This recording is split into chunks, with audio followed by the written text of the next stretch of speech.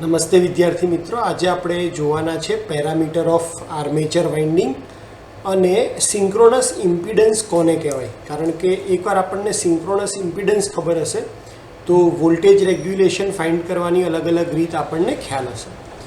આપણને અલ્ટરનેટરની અંદર કન્સ્ટ્રક્શનમાં એ ખ્યાલ છે કે અલ્ટરનેટર એ સ્ટેટર અને રોટર એ મેઇન બે પાર્ટનું બનેલું છે અને સ્ટેટરમાં આપણે આર્મેચર વાઇન્ડિંગ પ્રોવાઈડ કરીએ છીએ. તો આ જે આર્મેચર વાઇન્ડિંગ છે એના કયા કયા પેરામીટર છે એ પહેલાં આપણે સમજી લઈએ.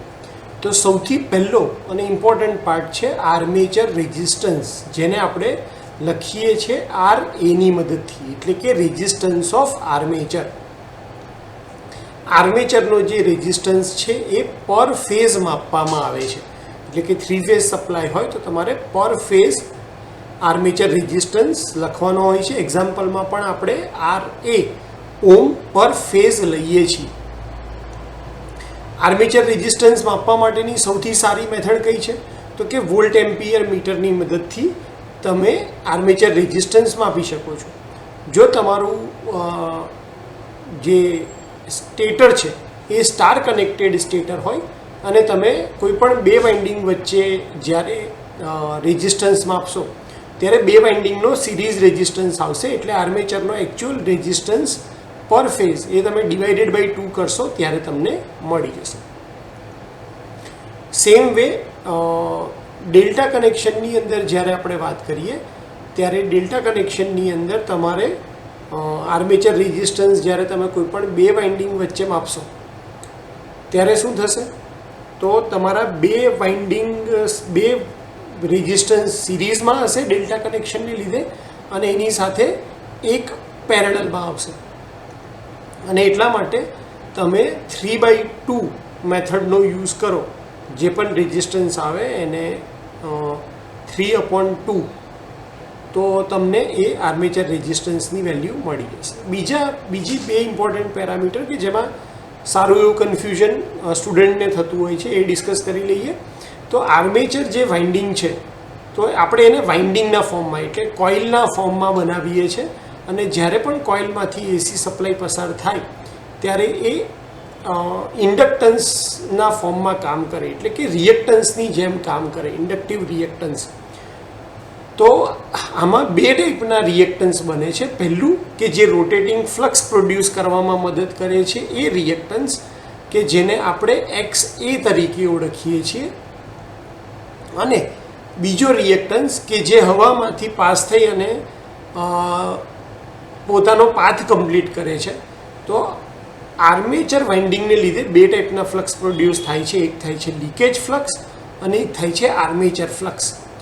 આર્મેચર લીકેજને લીધે આર્મેચર લીકેજ ફ્લક્સ જે છે એ પ્રોડ્યુસ કરવામાં કોણ હેલ્પ કરે છે તો એને આપણે આર્મેચર લીકેજ રિએક્ટન્સ XL થી ડિનોટ કરીએ છીએ, અને જે આર્મેચર ફ્લક્સ પ્રોડ્યુસ કરવામાં મદદ કરે છે એને આપણે XA થી ડિનોટ કરીએ છીએ. એટલે XL અને XA એ બંને આર્મેચર વાઇન્ડિંગના રિએક્ટન્સ છે.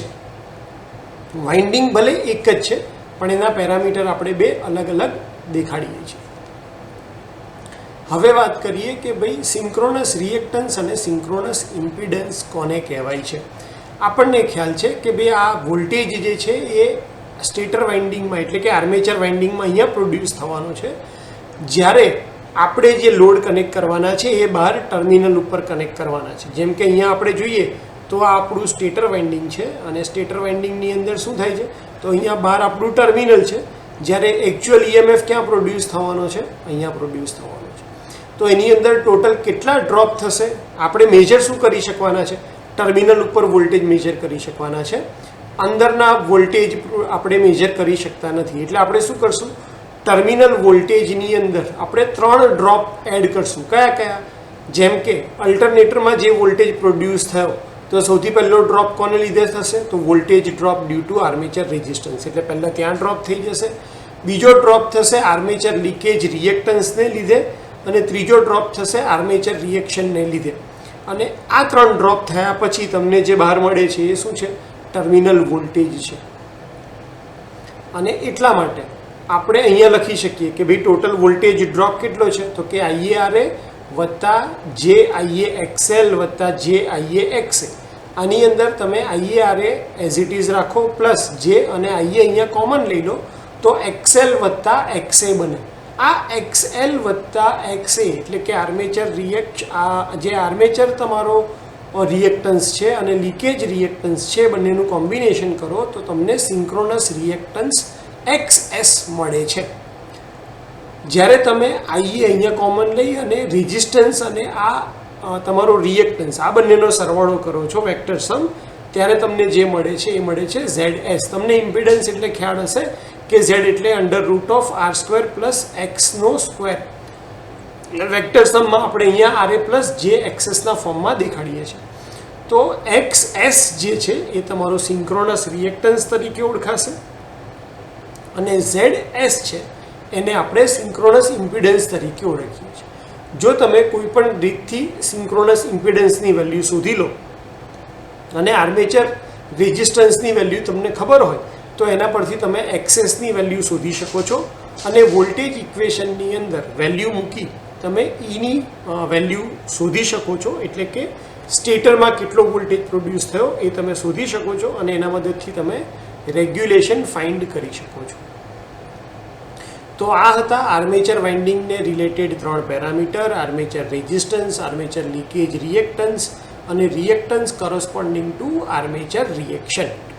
કઈ રીતે તમે એને મેજર કરો છો, સિન્ક્રોનસ રિએક્ટન્સ કોને કહેવાય, સિન્ક્રોનસ ઇમ્પિડન્સ કોને કહેવાય, એ આપણે આજના લેક્ચરમાં જોયું. તો તમે શાંતિથી આ વિડીયો સાંભળ્યો એના માટે થેન્ક યુ સો મચ. અને આ બેઝિક તમારું ક્લિયર હશે તો તમે આરામથી વોલ્ટેજ રેગ્યુલેશન અને વોલ્ટેજ ઇક્વેશનની ફોર્મ્યુલા અલ્ટરનેટર માટેની સમજી શકશો. Thank you so much.